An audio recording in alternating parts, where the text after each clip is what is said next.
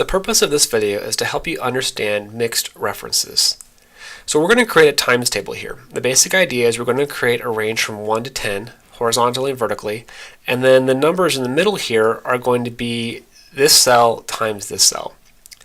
So first we're going to go ahead and create this series of 10 on the side. So the first thing we're going to do here is we're going to do equals the cell above plus, and we want to use a reference to this cell right here called vertical increment. Now when we do it for the first time, it works for the first cell, and as we change the number, this one changes as well. The problem though is as we pull it down, you're going to see that the reference gets broken. Instead of staying on this orange cell, instead it moves down. Similarly here it moves down, moves down, moves down. So the way to fix that is we're going to make this cell right here fixed. So go back to our first, and I'm going to put a $ in front of the B and the 5. And that makes sure that the B5 reference will never change. A9 will change as I copy it down, but B5 stays the same. So I copy it down, and now my whole reference works perfectly. If I click on the last cell, I see it does the cell above this plus the increment. And as I come here and change the increment to 2 or to 3 or to 5, you'll see that this series changes as well. Now I do the same thing horizontally.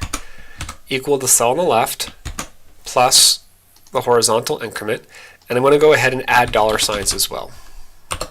And now I'll copy it to the right. And as I change my value here, you see all of those change too. So I have all of these set up nicely, and I'm going to go ahead and color them so it makes it a little bit more obvious as to what each one is doing. And then we'll go ahead and start on the middles. Now the interesting thing about the middle cells is that we need what's called a mixed reference. So let me do the first one. First one, we're going to times that one, A9 times B19. So 1 times 1 equals 1, which is perfect. Now I copy it down, and we see the things break immediately. And so let's investigate. When I go to my second cell here, I see that the blue reference is fine, but the green reference has moved down and is in B20 now instead of B19 like I want it to be. So let's say I go ahead and make this one an absolute reference as well and copy it down. Once I copy it down, it looks pretty good. The problem though is as I copy it right, let's see what happens. It doesn't look good.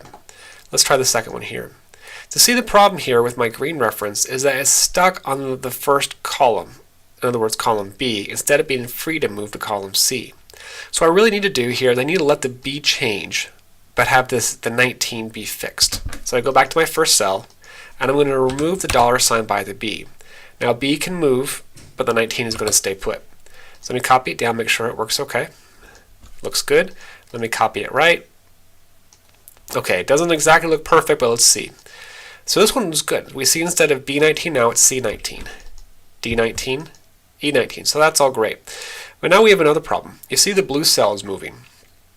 I want the blue cell to be over here and not to be the one on the left, meaning that I don't want it to change the column, in other words, D. So let's go back to the first cell. Let's say I make both of them fixed. I do this, I try copying it over, looking pretty good. But now I copy it down, doesn't work. And the reason why is that I've made it too fixed. I want the 9 to change to 10, 11, 12, 13.